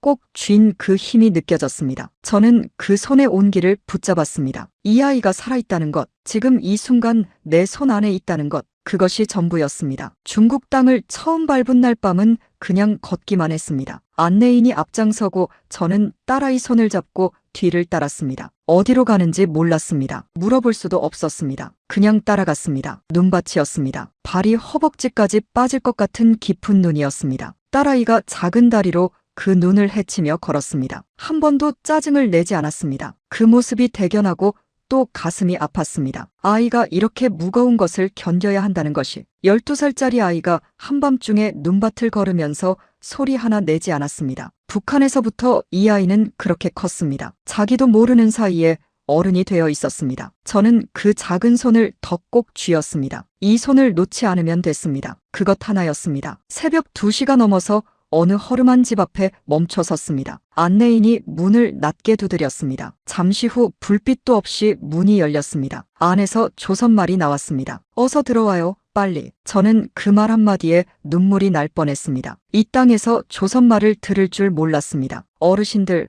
낯선 땅에서 같은 말을 쓰는 사람을 만나는 것이 그렇게 반가운 일인 줄 그때 처음 알았습니다. 해방 직후 낯선 땅을 떠돌다 고향 말을 들으셨던 분들이 딱 이런 기분이셨겠구나 싶었습니다. 같은 말 하나가 얼마나 큰 위안이 되는지를. 조선족 할머니셨습니다. 이르는 넘어 보이셨습니다. 허리가 굽었지만 걸음이 빨랐습니다. 아무 말 없이 우리를 방 안으로 들이셨습니다. 작은 방이었습니다. 이불이 2채 펴져 있었습니다. 방이 따뜻했습니다. 아랫목이 뜨거웠습니다. 저는 딸아이를 그 아랫목에 앉혔습니다. 아이 신발을 벗기고 발을 만져봤습니다. 얼어 있었습니다. 저는 두 손으로 아이 발을 감싸 비볐습니다. 손이 저렸습니다. 그래도 멈추지 않았습니다. 어르신들, 자식 발을 녹여주는 것보다 더 간절한 일이 있을까요? 저는 그 순간 다른 아무 생각도 없었습니다. 이 발이 따뜻해지면 됐습니다. 그러다 할머니가 뜨거운 물 한 그릇을 가져다 주셨습니다. 딸아이가 두 손으로 그릇을 받아 마셨습니다. 한 모금에 얼굴이 풀렸습니다. 저도 마셨습니다. 온몸이 녹는 것 같았습니다. 할머니는 딸아이 머리를 한번 쓰다듬으셨습니다. 아이고 추웠겠다. 아이고 어린 것이. 그 말이 전부였습니다. 저는 고개를 숙였습니다. 고맙습니다 하는 말밖에 나오지 않았습니다. 그 집에서 사흘을 머물렀습니다. 밖에 나갈 수 없었습니다. 낮에는 커튼을 치고 방 안에만 있어야 했습니다. 불도 켜지 않았습니다. 어르신들, 밖에 나가지 못하는 것이 그렇게 힘든 일인 줄 그전에는 몰랐습니다. 북한에서도 이동이 자유롭지 않았지만 그것과는 달랐습니다. 여기서는 한 걸음만 밖에 내디뎌도 잡힐 수 있었습니다. 중국 공안이 탈북자를 단속하면 그 자리에서 북송입니다. 북송되면 정치범 수용소였습니다. 저는 그것을 알았습니다. 딸아이에게는 감기 때문에 쉬어야 한다고 했습니다. 아이는 군말 없이 이불 속에 있었습니다. 낮 시간이 너무 길었습니다. 천장에 금이가 있었습니다. 저는 그 금을 따라 눈길을 옮기며 시간을 보냈습니다. 딸아이는 이불 속에 앉아 이것저것 묻곤 했습니다. 엄마, 우리 지금 어느 나라에 있어요? 중국말 할 줄 알아요? 조금. 그럼 나도 가르쳐줘요. 저는 아이에게 중국말 숫자를 가르쳐줬습니다. 하나, 둘, 셋을 중국말로. 아이가 발음을 따라하며 웃었습니다. 그 웃음소리가 그 방에서 들린 가장 좋은 소리였습니다. 저는 그 소리를 들으면서 생각했습니다. 이 아이가 웃을 수 있는 한 괜찮다. 웃는 아이 옆에 있는 한나도 버틸 수 있다. 할머니가 끼니 때마다 밥을 들여다줬습니다. 콩나물국이었습니다. 흰 쌀밥이었습니다. 딸아이가 밥을 먹으면서 말했습니다. 엄마, 여기 밥이 맛있어요. 저는 그래, 맛있지 하고 웃었습니다. 그 웃음이 진심이었습니다. 밥 한 끼가 그렇게 고마울 수 있다는 것을 그전에는 몰랐습니다. 할머니가 사흘째 되던 날 밤 나지막이 말씀하셨습니다. 내일 아침 사람이 올 거예요. 그분 따라가면 돼요. 그분이 누구냐고 물었더니 할머니는 잠깐 생각하시더니 좋은 분이에요 하고만 하셨습니다. 어르신들, 탈북자를 도와주는 사람들의 이름을 묻는 것은 예의가 아닙니다. 알면 알수록 위험합니다. 모르는 것이 서로를 지키는 방법이었습니다. 저는 고개를 끄덕이고 더 묻지 않았습니다. 그날 밤 할머니가 저한테 조용히 물으셨습니다. 밥은 먹었어요? 아이는요? 저는 네, 잘 먹었습니다 했습니다. 할머니는 고개를 끄덕이시고 방을 나가셨습니다. 그 짧은 물음이 그렇게 고마울 수 없었습니다. 밥 먹었냐는 말 한마디가 그 상황에서는 가장 따뜻한 말이었습니다. 어르신들, 아무것도 해줄 수 없을 때 밥 먹었냐고 묻는 것, 그것이 사람의 마음입니다. 다음 날 아침 온 사람은 50대 남자였습니다. 한국말을 썼지만 억양이 조금 달랐습니다. 선교사셨습니다. 어르신들, 그 선교사님이 아니었다면 저는 딸아이와 거기서 끝이었을 겁니다. 그분은 말이 없었습니다. 대신 움직임이 빨랐습니다. 우리를 차에 태우고 연변 시내로 데려갔습니다. 작은 교회 지하였습니다. 지하에 방이 2칸 있었습니다. 창문이 없었습니다. 하지만 따뜻했습니다. 전기도 들어왔습니다. 작은 전구 하나가 켜졌습니다. 딸아이가 그 불빛을 보더니 환해졌습니다. 엄마, 불이다. 뭐가 그렇게 반가웠는지 아이가 웃었습니다. 며칠 만에 처음으로 보는 웃음이었습니다. 저는 그 웃음을 보고 괜찮겠다 싶었습니다. 그 지하방에서 2달을 보냈습니다. 어르신들, 2달이 얼마나 긴 시간인지 그전에는 몰랐습니다. 창문 없는 방에서 2달, 낮과 밤의 구분이 없었습니다. 시간이 흐르는지 멈추는지 알 수 없었습니다. 딸아이는 선교사님이 가져다 준 책을 읽었습니다. 처음에는 어린이 동화책이었습니다. 다 읽고 나면 선교사님이 또 가져다 줬습니다. 성경도 있었습니다. 딸아이는 그것도 읽었습니다. 어르신들, 북한에서 성경은 갖고 있기만 해도 처형입니다. 그런데 딸아이가 그 성경을 펴서 읽는 것을 보면서 저는 생각했습니다. 이 아이는 이미 다른 세상에 있구나. 이 아이한테는 새로운 세상이 펼쳐질 것이구나. 그 생각이 그 2달을 버티게 해줬습니다. 저는 생각이 너무 많아서 오히려 생각을 멈추려 했습니다. 북에 두고 온 것들이 자꾸 떠올랐습니다. 남편 얼굴이 떠올랐습니다. 어머니 산소가 떠올랐습니다. 친구가 무사한지 걱정됐습니다. 저 때문에 그 친구가 잡혀가는 건 아닐지 그 생각이 가장 괴로웠습니다. 아무것도 확인할 방법이 없었습니다. 그냥 괜찮기를 빌 수밖에 없었습니다. 어르신들, 이 세상에서 가장 무거운 것이 무엇인지 아십니까? 남겨두고 온 사람들 걱정입니다. 짐처럼 들고 갈 수도 없고 내려놓을 수도 없는 그 걱정이 제일 무거웠습니다. 선교사님이 이따금 내려오셔서 소식을 전해주셨습니다. 아직 연락이 안 됐어요. 조금 더 기다려야 해요. 루트가 막혔어요.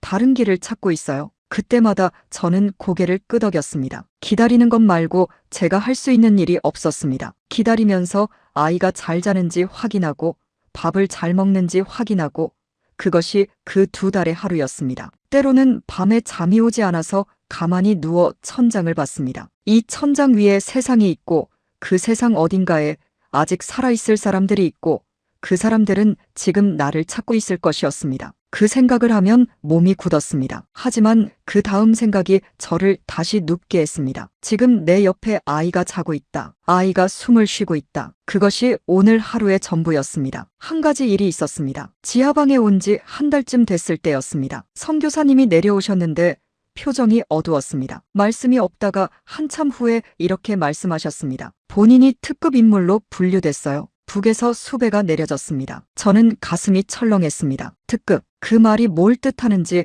저는 잘 알았습니다. 일반 탈북자보다 훨씬 높은 수준의 추적이 이루어진다는 것을, 중국 공안에도 협조 요청이 갔을 수 있다는 것을, 선교사님은 더 빨리 움직여야 해요. 기다릴 시간이 없어요.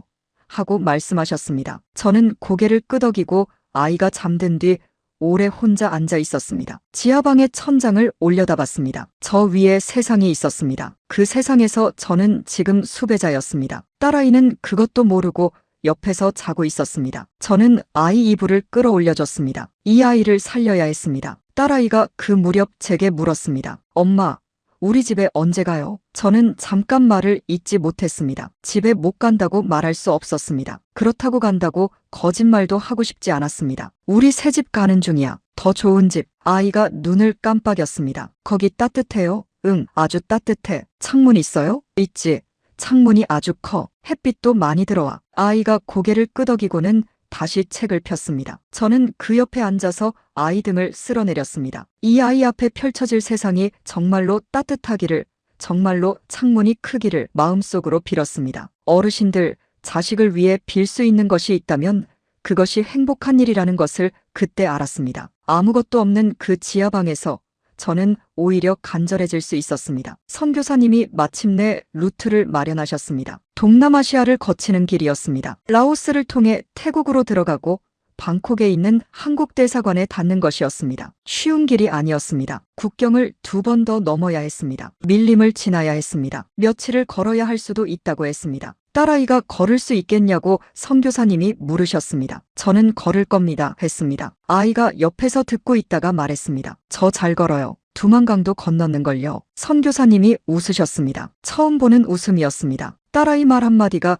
그분을 웃게 했습니다. 하지만 선교사님은 지금 우리에게 가장 안전한 루트라고 하셨습니다. 저는 고개를 끄덕였습니다. 두려움이 이미 일상이 됐습니다. 두렵지 않은 날이 없었습니다. 두려우면서도 움직이는 것, 그것이 살아있다는 증거였습니다. 살아있는 한 포기할 수 없었습니다. 딸아이가 옆에 있는 한더욱 그랬습니다. 연변을 떠나던 날 아침, 선교사님이 딸아이에게 초콜릿 하나를 건네셨습니다. 잘 가요. 하나님이 함께 하실 거예요. 저는 고개를 깊이 숙였습니다. 어르신들, 그분의 이름도 모릅니다. 얼굴만 기억합니다. 눈가에 주름이 깊고 손이 거칠었던 그 얼굴. 그분이 아니었다면 저는 딸아이와 함께 그 겨울의 끝이었을 겁니다. 빚을 갚을 길이 없는 사람이 있습니다. 그분이 그랬습니다. 저는 지금도 그 얼굴을 기억합니다. 언젠가 자유로운 세상에 오면 이름이라도 알고 싶습니다. 고맙습니다. 그 말 한번 제대로 드리고 싶습니다. 그분이 심어준 씨앗 하나가 지금 제가 이 자리에 서 있게 했습니다. 연변을 떠난 것은 2026년 3월이었습니다. 선교사님이 마련해주신 차에 올랐습니다. 짐은 배낭 2개가 전부였습니다. 딸아이는 뒷자리에 앉아 창밖을 내다봤습니다. 처음 보는 중국 거리였습니다. 높은 건물들이 줄지어 서 있었습니다. 사람들이 바쁘게 오갔습니다. 엄마, 저기 글자가 이상해요. 저는 중국 글자야 하고 말했습니다. 아이가 눈을 크게 떴습니다. 글자도 다르구나. 저는 응, 다 달라 하고 웃었습니다. 그 짧은 대화가 어떻게 그리 따뜻했는지 모릅니다. 지하방에서는 나눌 수 없던 대화였습니다. 그냥 일상 같은 대화였는데 그것이 그렇게 소중했습니다. 아이에게는 이 모든 것이 무서운 것이 아니라 신기한 것이었습니다. 그렇게 볼 수 있는 나이가 부러웠습니다. 저는 앞을 바라봤습니다. 먼 길이 남아 있었습니다. 하지만 이제는 방향이 있었습니다. 방향이 있다는 것만으로도 달랐습니다. 2달 동안 창문 없는 지하방에 앉아 있다가 움직이고 있다는 것, 그것만으로도 숨이 트이는 것 같았습니다. 창밖으로 스쳐 지나가는 풍경들이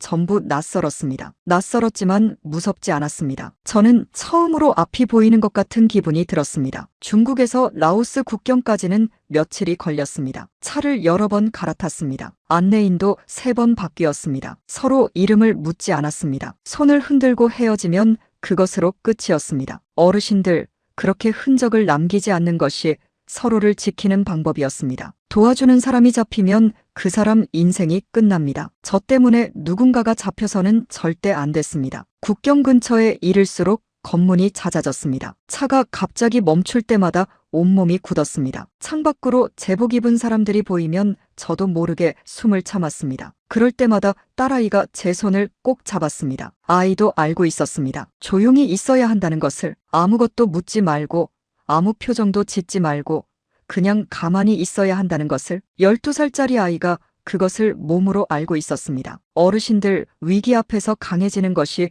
어른만이 아니더군요. 아이도 그렇게 강해질 수 있었습니다. 저는 그것을 딸아이한테서 배웠습니다. 그 손의 온기가 저를 여러 번 붙들었습니다. 어르신들, 아이를 데리고 도망치는 것이 짐이 되는 줄 알았습니다. 하지만 아니었습니다. 아이가 짐이 아니라 힘이었습니다. 아이가 있었기에 제가 여기까지 올 수 있었습니다. 아이를 살려야 한다는 그 마음이 저를 살렸습니다. 자식을 위해 못할 일이 없다는 말이 이런 뜻인 줄 이 길을 걸으면서 뼛속으로 알게 됐습니다. 어르신들, 살아계신 분들은 이미 다 아시는 말이겠죠. 라오스 국경을 넘던 날은 비가 왔습니다. 낮인데도 하늘이 어두웠습니다. 국경 근처 작은 마을에서 하룻밤을 더 기다렸다가 새벽에 출발했습니다. 이번에는 산길이었습니다. 밀림이었습니다. 어르신들, 밀림이라는 것을 저는 그때 처음 봤습니다. 나무가 사람보다 훨씬 크고 빽빽하게 들어차 하늘이 잘 보이지 않았습니다. 습기가 가득했습니다. 숨을 쉬는데 공기가 무거웠습니다. 낯선 냄새가 났습니다. 이름 모를 새소리가 사방에서 들렸습니다. 비가 흙길을 적셔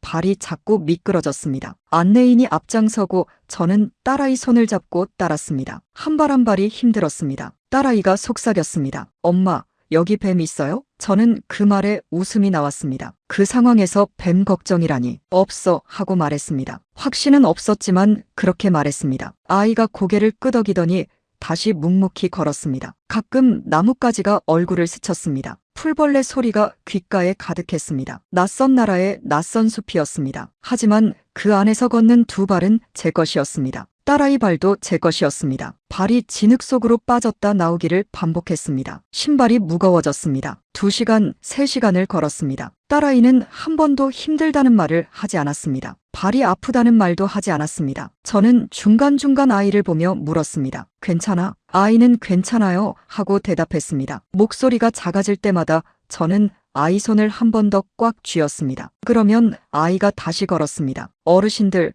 손 하나가 그렇게 많은 것을 전달합니다. 말이 필요 없었습니다. 손만 잡고 있어도 됐습니다. 밀림을 빠져나와 라오스 땅에 발을 들였을 때 안내인이 처음으로 웃었습니다. 다 왔어요. 그 말이 전부였습니다. 저는 그 자리에 주저앉고 싶었습니다. 다리에 힘이 풀렸습니다. 딸아이가 제 팔을 잡았습니다. 엄마, 다 왔대요. 맞아, 다 왔어. 저는 아이를 꽉 안았습니다. 아이 등에 얼굴을 묻었습니다. 비에 젖고 진흙 묻은 냄새였지만 그것이 그렇게 좋았습니다. 이 아이가 살아있다는 냄새였으니까요. 저는 한참 그렇게 앉아 있었습니다. 땅이 축축했지만 상관없었습니다. 딸아이도 옆에 앉았습니다. 우리 둘이 나란히 앉아 빠져나온 밀림 쪽을 바라봤습니다. 저 나무들 사이를 걸어왔구나. 살아서 나왔구나. 그 생각이 그제야 실감으로 들어왔습니다. 어르신들, 두만강을 건넌 날 밤에는 너무 긴장해서 실감이 없었습니다. 연변 지하방에서는 두려움이 앞섰습니다. 그런데 그라우스 땅에 주저앉아 밀림을 바라보는 그 순간 처음으로 살았다는 것이 실감으로 들어왔습니다. 딸아이가 제 손을 잡고 말했습니다. 엄마, 배고파요. 저는 웃었습니다. 맞아.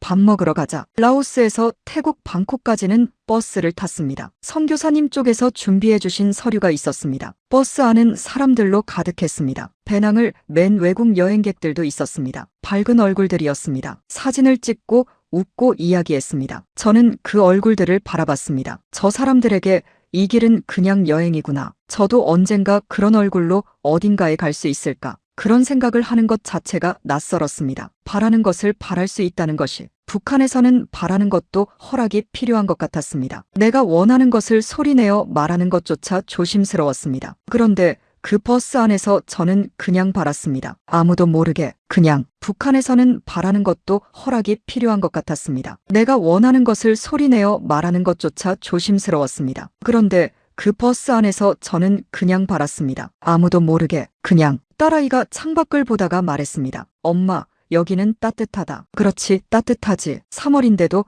여름 같았습니다. 북한에서는 3월에 아직 눈이 남아 있습니다. 같은 지구 위에 이렇게 다른 계절이 있다는 것이 신기했습니다. 딸아이가 창문 밖으로 살짝 팔을 뻗었습니다. 저는 웃으며 말했습니다. 곧 마음껏 뻗을 수 있어. 아이가 제 얼굴을 봤습니다. 어디서요? 저는 그냥 웃기만 했습니다. 말로 미리 설명하고 싶지 않았습니다. 아이가 두 눈으로 직접 보게 하고 싶었습니다. 어르신들, 북한에서 세상이 어떻다고 말로 들어도 실감이 나지 않는 것들이 있습니다. 직접 봐야 알 수 있는 것들이 있습니다. 저도 그랬고 딸아이도 그럴 것이었습니다. 방콕에 도착한 것은 저녁이었습니다. 도시가 컸습니다. 불빛이 넘쳤습니다. 광고판이 번쩍였습니다. 오토바이 소리, 자동차 소리, 사람들 떠드는 소리가 뒤섞였습니다. 딸아이가 입을 벌렸습니다. 엄마, 여기 왜 이렇게 밝아요? 저도 처음 보는 광경이었습니다. 평양이 얼마나 어두운지를 그 순간 다시 실감했습니다. 우리가 당연하다고 생각했던 어둠이 사실은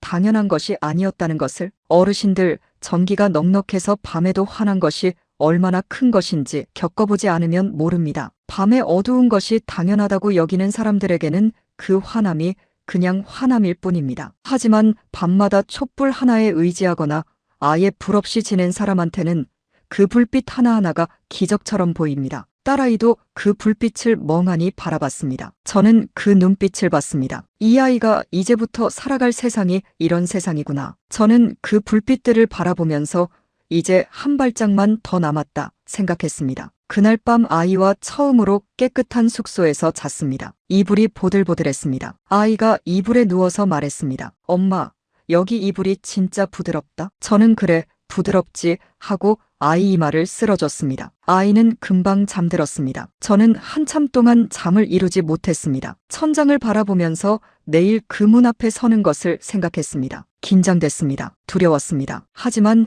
이번 두려움은 달랐습니다. 앞으로 가는 두려움이었습니다. 뒤에서 쫓기는 두려움이 아니었습니다. 새로운 것 앞에 서는 두려움이었습니다. 그 차이가 얼마나 큰지 그 숙소 천장을 바라보면서 처음 느꼈습니다. 어르신들, 이 나이가 되도록 쫓기는 두려움밖에 몰랐습니다. 그래서 앞으로 가는 두려움이 이렇게 다른 줄 몰랐습니다. 설렘과 두려움이 함께 있으면 이런 기분이구나 싶었습니다. 한국 대사관은 다음 날 아침 일찍 찾아갔습니다. 문 앞에서 한참을 서 있었습니다. 발이 떨어지지 않았습니다. 이 문을 열면 모든 것이 공식화되는 것이었습니다. 어르신들, 이상하지 않습니까? 그렇게 오고 싶었던 문 앞에 서니 막상 발이 안 떨어지는 것이. 그 순간 고향 생각이 났습니다. 어머니 산소가 떠올랐습니다. 친구 얼굴이 떠올랐습니다. 그 선교사님 얼굴이 떠올랐습니다. 조선족 할머니가 떠올랐습니다. 이 문을 열면 고향은 더 멀어지는 것이었습니다. 하지만 그 먼 곳에서 저를 여기까지 밀어준 사람들이 있었습니다. 그분들 덕분에 제가 이 문 앞에 서 있었습니다. 그래도 열어야 했습니다. 딸아이 손을 잡았습니다. 그리고 문을 열었습니다. 안에서 한국말이 들렸습니다. 어떻게 오셨어요? 그 말 한마디에 저는 눈물이 나왔습니다. 저는 북한에서 왔습니다. 하고 말했습니다. 목소리가 떨렸습니다. 딸아이를 데리고 왔습니다. 직원이 빠르게 움직였습니다. 자리를 안내해줬습니다. 물을 가져다 줬습니다. 딸아이에게 과자를 건넸습니다. 아이가 과자를 받아들고는 저를 봤습니다. 먹어도 돼요? 저는 그래, 먹어 하고 말했습니다. 아이가 과자를 한 입 빼어 물었습니다. 저는 그것을 보면서 눈물을 참을 수 없었습니다. 어르신들, 그 눈물이 어떤 눈물인지 설명할 길이 없습니다. 기쁨인지 슬픔인지 감사인지 미안함인지 다 섞인 것이었습니다. 딸아이가 제 손을 잡았습니다. 엄마, 왜 울어요? 기뻐서 하고 말했습니다. 기뻐서 우는 거야. 아이가 고개를 끄덕이고 다시 과자를 먹었습니다. 저는 그 모습을 바라보며 눈물을 닦지 않았습니다. 그냥 흘리게 뒀습니다. 어르신들, 저는 그 순간 생각했습니다. 이 아이가 평생 저렇게 아무렇지 않게 과자를 먹을 수 있는 세상에서 살기를 허락받지 않아도 되는 세상에서 그것이 제가 여기까지 온 이유였습니다. 인천공항에 내린 것은 2026년 4월이었습니다. 비행기에서 내려 통로를 걸을 때 제 발이 정말로 한국 땅을 밟고 있다는 것이 믿기지 않았습니다. 딸아이가 제 손을 잡고 걸었습니다. 공항이 컸습니다. 천장이 높았습니다. 사람들이 사방으로 바쁘게 움직였습니다. 안내방송이 울렸습니다. 그 방송이 한국말이었습니다. 어르신들, 이상하게 들립니까? 한국말이 들린다는 것이 그렇게 특별할 게 뭐 있냐고요. 하지만 저한테는 달랐습니다. 북한말과 남한말은 같은 말이지만 또 다릅니다. 억양이 다르고 쓰는 단어가 다릅니다. 그런데 그 다른 말이 내 말처럼 들렸습니다. 낯설면서도 낯설지 않은 것이 같은 핏줄이라는 것이 이런 것이구나 싶었습니다. 딸아이가 귀를 기울이더니 말했습니다. 엄마, 말이 좀 이상한데요. 저는 웃었습니다. 우리가 이상한 거야. 여기가 이상한 게 아니라. 아이가 갸웃했습니다. 그 표정이 얼마나 귀여웠는지 모릅니다. 공항을 나오니 봄 햇살이 쏟아졌습니다. 두만강을 건너던 그 겨울 밤부터 라오스 밀림을 걷고 방콕 거리를 지나 비행기를 타고 여기까지 왔습니다. 그 긴 길 끝에 이 햇살이 있었습니다. 딸아이가 눈을 찡그리며 하늘을 올려다봤습니다. 엄마, 하늘이 파래요. 그래, 파랗지. 어르신들, 하늘이 파랗다는 말이 그렇게 좋게 들린 적이 없었습니다. 연변 지하방에서는 하늘을 볼 수 없었습니다. 두만강을 건너던 날 밤에는 구름이 가득했습니다. 파란 하늘을 이렇게 마음껏 올려다보는 것이 얼마만인지 몰랐습니다. 저는 한참 동안 그냥 서 있었습니다. 딸아이도 옆에 서서 하늘을 봤습니다. 아무 말 없이 함께 하늘을 봤습니다. 그것으로 충분했습니다. 어르신들, 아무 말 없이 옆에 서서 같은 하늘을 보는 것, 그것이 행복이라는 것을 저는 인천공항 밖에서 처음 알았습니다. 특별한 것이 아니었습니다. 그냥 파란 하늘이었고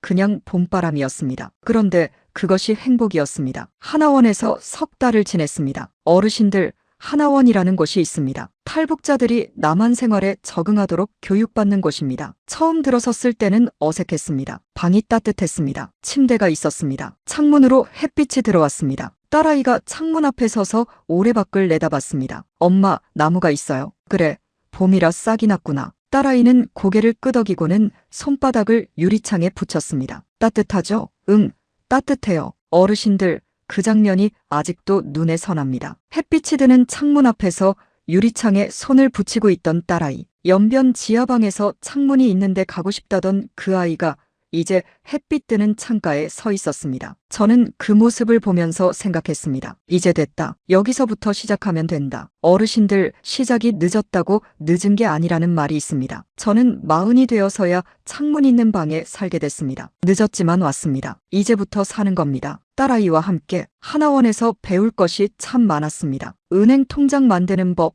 버스카드 충전하는 법, 마트에서 물건 고르는 법. 어르신들, 웃으시면 안 됩니다. 저한테는 하나하나가 다 새로운 것이었습니다. 북한에서는 배급이 있었습니다. 선택이라는 것이 없었습니다. 그런데 마트에 가니 물건이 넘쳐났습니다. 쌀이 10가지가 넘었습니다. 어르신들, 쌀이 10가지라는 것이 무슨 말인지 아십니까? 같은 쌀인데 이름이 다르고 값이 다르고 포장이 다릅니다. 저는 그 앞에 서서 한참 동안 고르지 못했습니다. 딸아이가 옆에서 말했습니다. 엄마, 그냥 아무거나 사면 돼요. 저는 그 말이 이렇게 쉽게 나오는 세상이 대단하다고 생각했습니다. 그냥 아무거나. 그 말이 얼마나 자유로운 말인지. 어르신들, 우리가 평소에 아무렇지 않게 하는 그 선택이 어떤 사람들한테는 평생 가져보지 못한 것입니다. 저는 마트 한가운데 서서 그 사실을 새삼 깨달았습니다. 눈물이 날 것 같아 고개를 들었습니다. 형광등 불빛이 환했습니다. 어르신들, 북한에서는 정전이 일상입니다. 전기가 들어오다 끊기고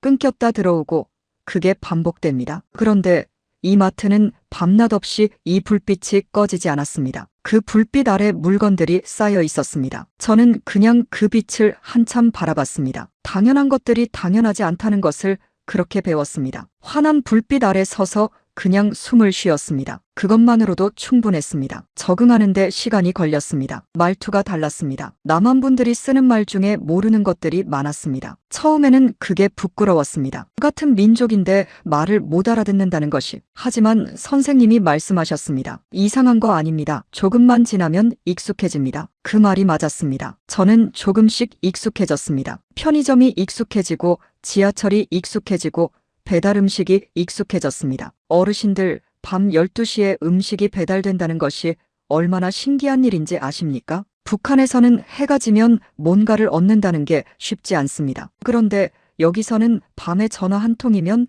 따뜻한 국밥이 왔습니다. 저는 처음 배달 음식을 시켰을 때 문 앞에서 기다리면서 정말로 오는 건지 반신반의했습니다. 그런데 정말로 왔습니다. 딸아이가 문을 열어주고 받아들면서 말했습니다. 엄마 왔어요. 저는 그래, 왔지 하고 웃었습니다. 어르신들, 저는 아직도 배달 음식이 올 때마다 잠깐 놀랍니다. 그게 아직도 당연하게 느껴지지 않습니다. 익숙해지면서도 그 신기함이 가시지 않습니다. 그것이 오히려 감사한 마음을 잊지 않게 해줍니다. 딸아이는 저보다 훨씬 빨리 적응했습니다. 학교에 들어간 지 2달도 안 됐는데 친구가 생겼습니다. 어느 날 집에 들어오면서 말했습니다. 엄마, 오늘 반 애들이랑 떡볶이 먹었어요. 맛있었어요. 저는 잘 됐다 하고 말했습니다. 속으로는 눈물이 났습니다. 이 아이가 친구들이랑 떡볶이를 먹는 세상, 그것이 그렇게 당연한 일인데 저한테는 기적 같았습니다. 어르신들, 우리 아이들이 아무렇지 않게 떡볶이를 먹을 수 있다는 것이 사실은 얼마나 큰 행복인지, 그것을 저는 그 아이 얼굴에서 다시 배웠습니다. 어르신들, 김치찌개 한 그릇, 순두부찌개 한 그릇, 우리가 아무렇지 않게 먹는 그 밥상이 사실 얼마나 소중한 것인지, 배가 고파서 나무 껍질을 먹었다는 이야기가 북한에서는 옛날 이야기가 아닙니다. 지금도 어딘가에서 누군가가 배를 굶고 있습니다. 그것을 잊지 말아달라고 저는 어르신들께 간절히 부탁드립니다. 그 사람들도 밥 한 끼가 그리운 사람들입니다. 어느 날 저녁 텔레비전을 보는데 화면에 익숙한 얼굴이 나왔습니다. 김주혜였습니다. 국제 행사에 참석한 영상이었습니다. 그분이 앉아서 웃고 있었습니다. 환하게 웃고 있었습니다. 딸아이가 소파에서 말했습니다. 엄마, 저 사람 누구예요? 저는 잠깐 말이 없었습니다. 북한에서 유명한 사람이야 하고 말했습니다. 딸아이는 고개를 끄덕이고 다시 자기 책을 폈습니다. 저는 화면을 계속 바라봤습니다. 그 웃음 뒤에 무엇이 있는지 저는 알았습니다. 수많은 시선들, 수많은 기대들, 단 한 번도 혼자 있어 본 적 없는 그 아이의 하루가 그분도 저처럼 감시당했습니다. 다만 방향이 달랐습니다. 저는 권력 때문에 감시당했고 그분은 권력을 위해 감시당했습니다. 어르신들, 그 나라에서는 아무도 자유롭지 않았습니다. 가장 높은 자리에 있는 사람도 마찬가지였습니다. 웃는 얼굴 뒤에 무엇이 숨겨져 있는지 저는 5년 동안 가장 가까운 자리에서 봤습니다. 저는 텔레비전을 껐습니다. 그리고 한참 앉아 있었습니다. 그분이 언젠가 진짜로 웃을 수 있는 날이 오기를 바랐습니다. 그 나라 모든 사람들이 진짜로 웃을 수 있는 날이. 어르신들, 저는 그날 텔레비전을 끄고 딸아이 방으로 갔습니다. 아이는 책상에 앉아 숙제를 하고 있었습니다. 연필 소리가 났습니다. 저는 그 소리를 듣고 문 앞에 서서 한참 바라봤습니다. 이 아이가 여기서 이렇게 앉아 숙제를 하고 있다는 것, 그것이 제가 강을 건넌 이유였습니다. 지금 저는 서울에 살고 있습니다. 딸아이는 학교에 잘 다닙니다. 어제는 제게 엄마 발음 이상해 하고 웃었습니다. 저는 그래, 이상하지 하고 같이 웃었습니다. 아이한테 발음 지적당하는 것이 이렇게 기쁠 수 있다는 것을 예전에는 몰랐습니다. 그만큼 이 아이가 여기에 녹아들었다는 것이니까요. 가끔 밤에 혼자 앉아 있으면 북에 두고 온 것들이 생각납니다. 어머니, 산소가 생각납니다. 친구가 생각납니다. 남편 얼굴도 떠오릅니다. 그분들이 지금 어떻게 지내는지 알 수 없습니다. 살아계신지조차 알 수 없습니다. 연락할 방법도 없습니다. 어르신들, 이산 가족이 어떤 것인지 이 나라 어르신들은 잘 아실 겁니다. 전쟁 때 헤어진 가족이 보고 싶어도 못 보는 것, 살았는지 죽었는지도 모르는 것, 그 아픔이 아직 이 땅에 살아 있습니다. 저도 지금 그 아픔 안에 있습니다. 그 같은 민족이 왜 이렇게 살아야 하는지 그 질문에 대한 답을 아직 찾지 못했습니다. 다만 이 아픔이 우리 세대에서 끝났으면 합니다. 어르신들, 분단이 어떤 것인지 이 나라에서 가장 잘 아시는 분들이 어르신 세대라고 생각합니다. 그 아픔을 몸으로 아시는 분들입니다. 그래서 더 말씀드리고 싶었습니다. 우리가 같은 민족이라는 것을, 그 강 건너 사람들도 같은 사람들이라는 것을 잊지 말아 주십시오. 어르신들이 평생 기다려온 그 통일이 이제는 꼭 이루어지기를 바랍니다. 어르신들, 마지막으로 한 가지만 말씀드리겠습니다. 저는 자유가 무엇인지 뒤늦게 알았습니다. 하고 싶은 말을 할 수 있는 것, 가고 싶은 곳에 갈 수 있는 것, 먹고 싶은 것을 고를 수 있는 것, 아이 앞에서 웃고 싶을 때 웃을 수 있는 것, 밤에 창문을 열어놓고 잘 수 있는 것, 내 아이가 뭘 하고 싶은지 물어볼 수 있는 것, 대답을 두려워하지 않고 말할 수 있는 것, 그것이 자유였습니다. 어르신들, 자유라는 것이 원래 이렇게 크고 거창한 게 아닙니다. 아침에 일어나서 오늘 뭐 먹을까 생각할 수 있는 것, 그게 자유입니다. 그 작은 자유를 저는 40이 넘어서 처음 얻었습니다. 늦었지만 얻었습니다. 그리고 이제 딸아이는 어릴 때부터 그 자유를 누리고 있습니다. 그 당연한 것들이 얼마나 소중한지 가져보지 못한 사람만이 압니다. 어르신들은 그 자유를 이미 갖고 계십니다. 제발 그것을 소중히 여겨주십시오. 그리고 언젠가는 저처럼 강을 건너지 않아도 자유롭게 살 수 있는 날이 북녘에도 오기를 바랍니다. 딸아이가 먼 훗날 제 아이한테 엄마가 옛날에 강을 건넜다는 이야기를 들려줄 때쯤에는 그 강이 그냥 걸어서 건널 수 있는 강이 되기를 바랍니다. 그리고 그날이 오면 저는 딸아이와 함께 고향 땅을 밟고 싶습니다. 어머니, 산소에 가고 싶습니다. 그때는 제대로 인사드리고 싶습니다. 어머니, 잘 살고 왔습니다. 그 말을 드리고 싶습니다. 어르신들, 오늘 이 긴 이야기를 끝까지 들어주셔서 진심으로 감사합니다. 잊지 말아 주십시오. 강 건너에도 우리 사람들이 있습니다.